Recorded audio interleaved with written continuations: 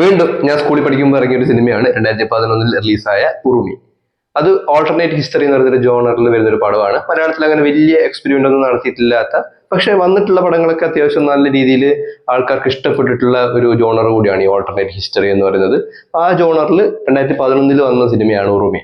അപ്പോൾ ഈ കഴിഞ്ഞിടയ്ക്ക് ഈ പടം റീ റിലീസ് ചെയ്താൽ, അല്ലെങ്കിൽ ഇത് ഇപ്പോഴാണ് ഇറങ്ങുന്നതെങ്കിൽ കുറച്ചുകൂടി, അതായത് മുമ്പുണ്ടായതിനെക്കാട്ടിലും വലിയ രീതിയിൽ ആൾക്കാർ സ്വീകരിക്കുന്നൊക്കെ പല ആൾക്കാർ ഇങ്ങനെ ഇൻസ്റ്റാഗ്രാമിലൊക്കെ എഴുതി കണ്ടു. അങ്ങനെ ഞാൻ രണ്ടാമതൊന്ന് കയറി കണ്ട സിനിമയാണിത്. ശരിക്കും ഞാൻ ഇത് 2011 തിയേറ്ററിൽ പോയി കണ്ട സിനിമ കേട്ടോ. അന്ന് ഈ പടത്തിന് അത്യാവശ്യം നല്ല പ്രൊമോഷൻ ആയിരുന്നു. നമ്മുടെ സൂര്യ TV വെച്ചാലും ഏഷ്യാനെറ്റ് വെച്ചാലും നമ്മുടെ ന്യൂസ് ചാനലിലെല്ലാം നല്ല രീതിയിൽ പ്രൊമോട്ട് ചെയ്ത്, പൃഥ്വിരാജിന്റെ ഇന്റർവ്യൂസ് എല്ലാം ആ ഒരു സമയത്ത് ചാനലിലൊക്കെ നിരന്തരം ഉണ്ടാകും. ഒരു 15 വർഷം മുമ്പുള്ള പൃഥ്വിരാജ് ഇന്റർവ്യൂ എന്നെല്ലാം പറഞ്ഞാൽ നമുക്കൊരു ആവേശമാണ് ഈ പിള്ളേർക്കും ചെറുപ്പക്കാർക്കും. അത് ഒരു അയാളുടെ ഒരു എന്താണ് സംസാര ശൈലി കൊണ്ടോ രസമാണ് കേട്ടിരിക്കാനായിട്ട്. ഇപ്പോൾ ഈ ധ്യാൻ ശ്രീനിവാസൻ ഇന്റർവ്യൂ പോലെ നല്ല കേട്ടോ. അന്ന് നമ്മൾ കുറച്ചുകൂടി സീരിയസ് ആയിട്ട് ഒരു മാൻലി ആയിട്ടുള്ള ആറ്റിറ്റ്യൂഡ് എല്ലാം ഇഷ്ടപ്പെടുന്ന ഒരു ജനറേഷൻ ആയിരുന്നു ആ ഒരു സമയത്ത് ഉണ്ടായിരുന്നത്. സോ ഭയങ്കര കാര്യമായിട്ട് പ്രൊമോഷൻ എല്ലാം കണ്ട് ഈ സിനിമ ഞാൻ തിയേറ്ററിൽ കണ്ടപ്പോഴത്തേക്ക് എനിക്കത് ഭയങ്കര സംഭവം പോലെ തോന്നി. ഭയങ്കരമായിട്ടുള്ള ക്യാൻവാസ്, നമ്മൾ ഇതുവരെ കണ്ടിട്ടില്ലാത്ത ഒരു ചുറ്റുപാടില് ഒരു അതിന്റെ മല, ഈ കാട്, പുഴ, ആ ഒരു ജിയോഗ്രഫി തന്നെ വേറെയാണ്. നമ്മൾ കേരളത്തിൽ നിന്ന് അങ്ങനെ ഒരു സാധനം കണ്ടിട്ടില്ല. മേ ബി ഒരുപാട് വർഷങ്ങൾക്ക് മുമ്പ് കേരളം ചിലപ്പോൾ ഇങ്ങനെ ആയിരുന്നിരിക്കണം എന്നൊക്കെ വെച്ചിട്ടാണ് നമ്മളിങ്ങനെ കാണുന്നത്, ഇങ്ങനെ അസ്യൂം ചെയ്ത് കാണും. അന്നത് ഭയങ്കര സംഭവം പോലെ തോന്നി. ജഗതിയുടെ കഥാപാത്രം, പൃഥ്വിരാജിന്റെ ആ ഒരു ഫിസിക്കും കാര്യങ്ങള്, പിന്നെ ഈ സിനിമയിലെ പാട്ടെല്ലാം സിനിമയ്ക്ക് മുമ്പ് തന്നെ ഭയങ്കര ഹിറ്റായിരുന്നു. അത്യാവശ്യം നല്ല കിടിലം പാട്ടുകളുണ്ട്, 4-5 പാട്ടുകളുണ്ട്. മറ്റേ ദീപക് ദേവിന്റെ പാട്ട്, പിന്നെ സന്തോഷ് ശിവനാണ് പടം ചെയ്യുന്നത്. അപ്പൊ ക്യാമറ വിഷ്വൽസ് എല്ലാം രസമായിരിക്കും കണ്ടിരിക്കാനായിട്ട്, വിഷ്വലി അടിപൊളിയായിരിക്കും പടം. അങ്ങനെ കണ്ടു. ആ പടം അന്ന് ഞാൻ കണ്ടു, അതവിടെ വിട്ടു. പിന്നെ ഒരു സിനിമ കണ്ടിട്ട് ഒരു 1-2 ആഴ്ച കഴിഞ്ഞപ്പോഴത്തേക്ക് അന്ന് ഈ മാതൃഭൂമിയുടെ വാരാന്ത്യ പതിപ്പില് ഞായറാഴ്ച ഒരു സപ്ലിമെന്റിലില്ലേ റിവ്യൂ ഉണ്ടാവും. ആ റിവ്യൂവിന്റെ തലക്കെട്ട് ഞാൻ ഇപ്പോഴും ഓർക്കുന്നുണ്ട്. അത് പിടിയില്ലാത്ത ഉറുമി എന്നായിരുന്നു. പിടിയില്ലാത്ത ഉറുമി. അന്നത് കണ്ടപ്പോ, അത് വായിച്ചു നോക്കിയപ്പോഴത്തേക്ക് എനിക്ക് മനസ്സിലായില്ല, ഇയാൾ എന്താ ഇങ്ങനെ എടുത്ത് തൂക്കുന്നത്, അങ്ങനെ എന്തിക്കും. നമ്മൾ വലിയൊരു പടം കണ്ടിട്ട് വന്നതാണല്ലോ. പിന്നെ ഈ അടുത്ത കാലത്ത് ഉറുമി കണ്ടപ്പോഴത്തേക്കാണ് എനിക്ക് അന്ന് വായിച്ച റിവ്യൂ പിടികിട്ടിയത്. അതായത് ഇതെന്തുകൊണ്ട് പിടിയില്ലാത്ത ഉറുമിയായി എന്ന് എനിക്ക് ഇപ്പൊ മനസ്സിലായിട്ടുണ്ട്. ആക്ച്വലി ഈ പടം ഇപ്പൊ വീണ്ടും റീ റിലീസ് ചെയ്താലുണ്ടല്ലോ, കൂടുതൽ ഊക്ക്, അന്ന് ഊക്കി എന്നുള്ള കാര്യം അറിയില്ല, നമ്മൾ ചെറുതല്ലേ. പക്ഷെ ഇപ്പോ റിലീസ് ആക്കിയാല് കുറച്ച് ഊക്ക് വാങ്ങുന്നതാണ് എനിക്ക് ഇപ്പൊ കണ്ടപ്പോ തോന്നിയത്. കാരണം ഈ പടത്തിലെ ചില കഥാപാത്രങ്ങളുടെ സംസാരം, അതായത് ഭാഷ അതുപോലെ തന്നെ ഇവരുടെ അപ്പിയറൻസ്, കോസ്റ്റ്യൂം ഒന്നും നമ്മളുടെ കാലഘട്ടവുമായിട്ട് അത്രയ്ക്ക് ഒന്നും കൊണ്ട് സിങ്ക് ആവുന്നില്ല. അതിൽ ഒന്നാമത്തെ ആളെന്ന് പറയുന്നത് ഈ പടത്തിലെ ഹീറോയിൻ ആയിട്ടുള്ള അറക്കൽ ആയിഷ എന്ന് പറയുന്ന കഥാപാത്രമാണ്. അറക്കൽ ആയിഷ എന്ന് വെച്ചാൽ കഥ നടക്കുന്നത് ഈ വാസ്കോഡഗാമ വരുമ്പോഴാണ്. അതായത് 1400 അവസാനവും 1500 സ്റ്റാർട്ടിങ്ങിലുമാണ് പടം നടക്കുന്നത്.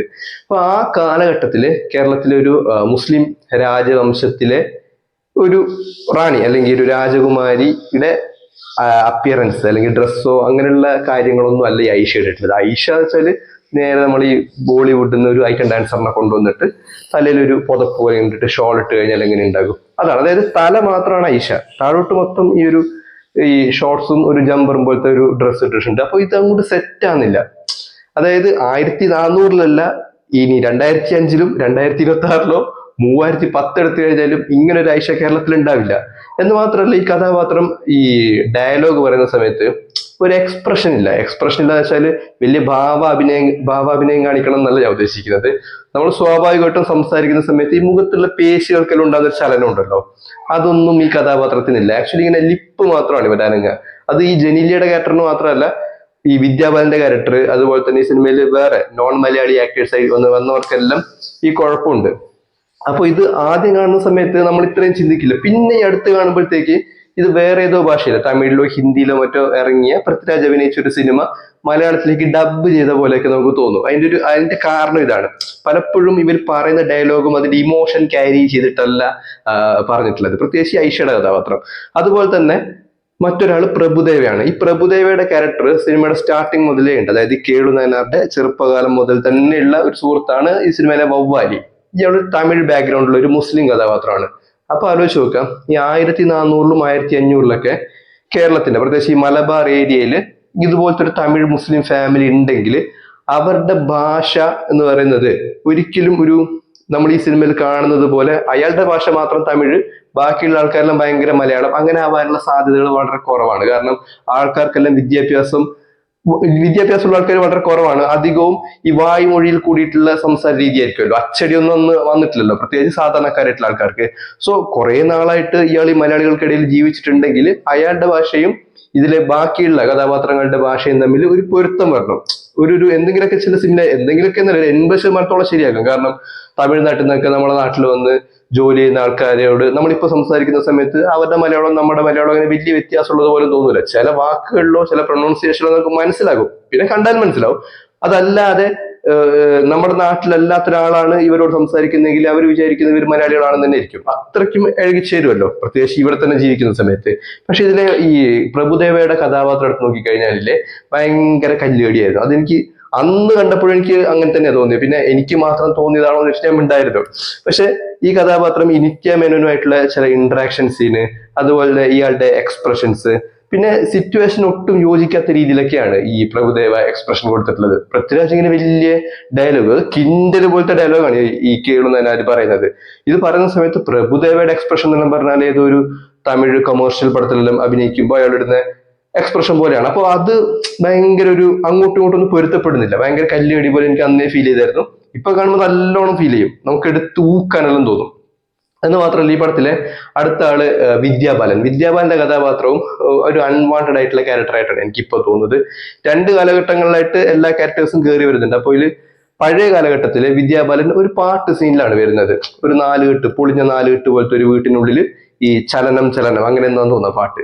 ആ പാട്ട് പ്ലേസ് ചെയ്തിട്ടുള്ള രസമുണ്ട്. പക്ഷെ പാട്ടിന്റെ വിഷ്വലൈസേഷൻ കാണുമ്പോഴത്തേക്കില്ലേ, അതും ഒരു ഹിന്ദി പാട്ട് ചെയ്യുന്ന രീതിയിലാണ് അവർ ചെയ്തു വെച്ചിട്ടുള്ളത്. ആ പാട്ടിന് അങ്ങനെ വലിയ ഇമ്പോർട്ടൻസ് ഒന്നും, ആ സിനിമയുടെ കഥയുമായി ബന്ധപ്പെട്ട് നോക്കുമ്പോഴത്തേക്ക് വലിയ ഇമ്പോർട്ടൻസ് ഒന്നുമില്ല. ആ പാട്ടില്ലെങ്കിലും വലിയ കുഴപ്പമൊന്നുമില്ല. ഇനി അടുത്തത് ഈ സിനിമയിലെ പൃഥ്വിരാജാണ്. പൃഥ്വിരാജിന്റെ കഥാപാത്രം ഉണ്ടല്ലോ, ശരിക്കും ഒരു ഏലിയൻ കഥാപാത്രം പോലെ നമുക്ക് ഫീൽ ചെയ്യും. ആ ഒരു സിനിമ നടക്കുന്ന അല്ലെങ്കിൽ കഥ നടക്കുന്ന പശ്ചാത്തലം ഉണ്ടല്ലോ, ആ ഒരു ഭൂമി ഉണ്ടല്ലോ, അതുമായി ഒരു ബന്ധമില്ലാത്തൊരു കഥാപാത്രം പോലെയാണ്. അതായത് ബാക്കിയുള്ള എല്ലാ ആൾക്കാരും വളരെ നോർമൽ ആയിട്ടുള്ള ഭാഷയിൽ സംസാരിക്കുമ്പോൾ പൃഥ്വിരാജ് മാത്രം ഈ MT വാസുദേവൻ നായരുടെ ചില കഥാപാത്രങ്ങളില്ലേ, തൊട്ട് മുമ്പത്തെ വർഷം ഇറങ്ങിയ 2009 വന്നിട്ടുള്ള ഈ പഴശ്ശിരാജയിലും മറ്റേ ഇതില്ലേ മമ്മൂട്ടി സുരേഷ് ഗോപിയിൽ അഭിനയിച്ചിട്ടുള്ള പഴയ സിനിമയില്ലേ വടക്കം വീരഗാഥ. ഈ വടക്കം വീരഗാഥ ആ ഒരു ഫ്ലേവറിലുള്ള ഡയലോഗാണ് ഈ ചങ്ങായി അടിച്ചു വിടുന്നത്. എന്ന് മാത്രമല്ല, ഇതില് ഡയലോഗ്സിന്റെ ഒരു ചെറിയൊരു പ്രശ്നമുണ്ട്, അത് ഞാൻ പറഞ്ഞുതരാം. എനിക്ക് തോന്നിയ കാര്യമാണ്, ആദ്യം ഈ പൃഥ്വിരാജും പ്രഭുദേവയും നിത്യമേനോനെ കണ്ടുമുട്ടുന്ന ഒരു സീനുണ്ട്.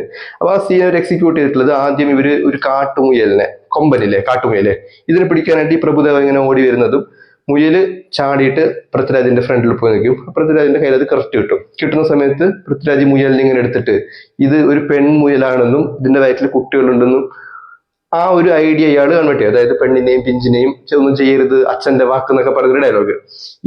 ഈ ഡയലോഗ് പറഞ്ഞിട്ട് പ്രഭുദേവ ഇതിന് റെസ്പോണ്ട് ചെയ്ത് എങ്ങനെ വെച്ചാല്, അതെ ഇത് പെൺമുയലാണ്, ഇത് ഗർഭിണിയാണ്, ഇതിന്റെ വയറ്റിൽ കുട്ടികളുണ്ട്.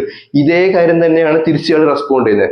അവിടെ തന്നെ ആ സീൻ വല്ലാണ്ട് ഡെഡായി. അതായത് ഡയലോഗ്സിന് സിനിമയിൽ വലിയ ഇമ്പോർട്ടൻസ് ഉണ്ട്, നമ്മൾ വിചാരിക്കുന്ന പോലെ അല്ല. ഇപ്പൊ നമ്മളൊരു ഡയലോഗ് പറയുന്ന സമയത്ത് എന്തിനാണ് നമ്മൾ ഡയലോഗ് പറയുന്നത്, സിനിമയിലെ കഥാപാത്രം ഡയലോഗ് പറയുന്നത് ഒരു ഇൻഫർമേഷൻ കൺവേ ചെയ്യുക എന്നുള്ളതാണ്. ഇപ്പൊ രണ്ട് ക്യാരക്ടർ ഉണ്ടെന്ന് വിചാരിക്കുക, എയും ബിയും. ഈ ബിയോട് പറയുന്നത് നിനക്ക് പനിയാണ്, നീ റെസ്റ്റ് എടുക്കണം എന്ന് പറയുന്നത്. അപ്പൊ ബി പറയുന്നത് അതെ എനിക്ക് പനിയാണ്, ഞാൻ റെസ്റ്റ് എടുക്കണം. ഇങ്ങനെ റെസ്പോണ്ട് ചെയ്ത് കഴിഞ്ഞാൽ ഇത് കണ്ടുകൊണ്ടിരിക്കുന്ന ഓഡിയൻസിന് ചേടാ ഇവരെന്ത് തേങ്ങയാണ് പറയുന്നത്, ഇവന് പനിയാണ് അവനറിയാം, അവന് പനിയാണ് ഇവനും അറിയാം, പിന്നെ ഞങ്ങൾക്ക് എന്താണ് പ്രശ്നം, നിങ്ങളോട് ഇരുന്നു, അങ്ങനെയല്ലേ ചിന്തിക്കുക. നമുക്ക് എന്താണ് അടുത്ത ഡയലോഗ്, അടുത്ത സീൻ എന്തായിരിക്കും, അങ്ങനെ ഒരു ആകാംക്ഷ ഒന്നും നമ്മുടെ ഉള്ളിൽ തോന്നില്ല. നേരെ മറിച്ച് ഇപ്പൊ എ പറയുന്നത് എടാ നീ അനങ്ങാതെ നടക്കണം, നിനക്ക് പനിയാണ്, നീ റെസ്റ്റ് എടുക്കണം. അപ്പൊ ബി പറയുന്നത് എനിക്ക് കുഴപ്പമൊന്നുമില്ല, പനിയെല്ലാം ഉണ്ട്, പക്ഷെ ഞാൻ പോകും. ഇങ്ങനെയാണ് റെസ്പോണ്ട് ചെയ്യുന്നതെങ്കിൽ നമുക്ക് മനസ്സിലാവുകയും ചെയ്യും മറ്റേ ആൾക്ക് സുഖമില്ല എന്നുള്ളത്. പക്ഷെ അവർക്കിടയിൽ എന്തോ കോൺഫ്ലിക്റ്റ് ഉണ്ട്, ഒരു ടെൻഷൻ അവിടെ ക്രിയേറ്റ് ആവും. പക്ഷെ അടുത്തത് എന്തായിരിക്കും പറയാൻ വേണ്ടി പോകുന്നത് എന്നൊരു തോന്നലുണ്ടാകും. ഇതിനെയാണ് ശരിക്കും നമ്മൾ ഡയലോഗ് യൂസ് ചെയ്യുന്നത് സിനിമയിൽ, അല്ലെങ്കിൽ വെറുതെ ഇങ്ങനെ ആംഗ്യം കാണിച്ച പോലെ. പക്ഷെ ഈ പടത്തിലേക്ക് വരുന്ന സമയത്തുണ്ടല്ലോ, ഒരു ചെങ്ങായി ഇങ്ങനെ വലിയ ഒലക്ക പോലത്തെ ഡയലോഗ് പറയും, മറ്റവൻ അതേപോലെ തന്നെ ഓഹോ ആണ് അവൻ പറയുന്നതെല്ലാം അങ്ങോട്ട് അംഗീകരിച്ചു കൊടുക്കും. അപ്പൊ എന്ത് പറ്റുന്ന വെച്ചാൽ നമുക്ക് അടുത്ത സീനിലേക്ക് ഒരു എക്സൈറ്റ്മെന്റ് കിട്ടില്ല. പക്ഷെ ഇവൻ ഇനി എന്തായിരിക്കും പറയാൻ വേണ്ടി പോകുന്നത് അതൊന്നും നമുക്ക് അങ്ങനെ കിട്ടില്ല. നമ്മളിങ്ങനെ വെറുതെ കണ്ടിരിക്കുക, ഓക്കെ അങ്ങനെയാണല്ലേ, ഓ ശരി. അതിന് ഒരു നല്ലൊരു എക്സാമ്പിൾ കൂടി ഉണ്ട്. തൊട്ട് 2 വർഷം മുമ്പ്, അതായത് 2011 ഉറുമി വന്നു, 2009 ഈ പഴശ്ശിരാജ എന്ന് പറഞ്ഞ സിനിമ വരുന്നത്. പഴശ്ശിരാജ ശരിക്കും നമ്മൾ റീവാച്ച് ചെയ്യേണ്ട ഒരു കിഡിലം പടമാണ്. ആ പടത്തില് ഈ പഴശ്ശിരാജ കഥാപാത്രം മമ്മൂട്ടി തിലകനയിൽ വലിയൊരു ഹെവി റോളിൽ വരുന്നുണ്ട്. തിലകൻ അപ്പൊ ഈ തിലകനും മമ്മൂട്ടിയും തമ്മിൽ സംസാരിക്കുന്ന ഭാഗം എല്ലാം ഒന്ന് എടുത്ത് നോക്കുക. എത്ര ഷാർപ്പായിട്ടാണ് MT അതിൽ ഡയലോഗ്സ് എഴുതിയിട്ടില്ല നമുക്ക് മനസ്സിലാവും. അതായത് ഇവര് രാജാക്കന്മാരാണ്, ഇവരുടെ കോമൺ എനിമി എന്ന് വെച്ചാൽ ബ്രിട്ടീഷുകാരാണ്, അല്ലെങ്കിൽ ഈ പുറത്തുനിന്ന് വന്ന ടീമാണ്.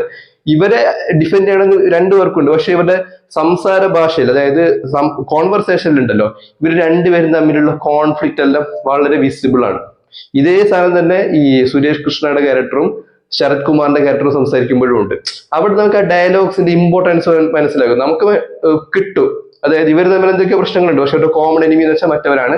ആ ഒരു ടെൻഷൻ നമ്മൾ കാണുന്ന ആൾക്കാരുടെ ഉള്ളിലേക്ക് കിട്ടും. പക്ഷെ ഈ ടെൻഷൻ ഒന്നും ഈ ഉറുമിയിൽ നമുക്ക് കിട്ടൂല.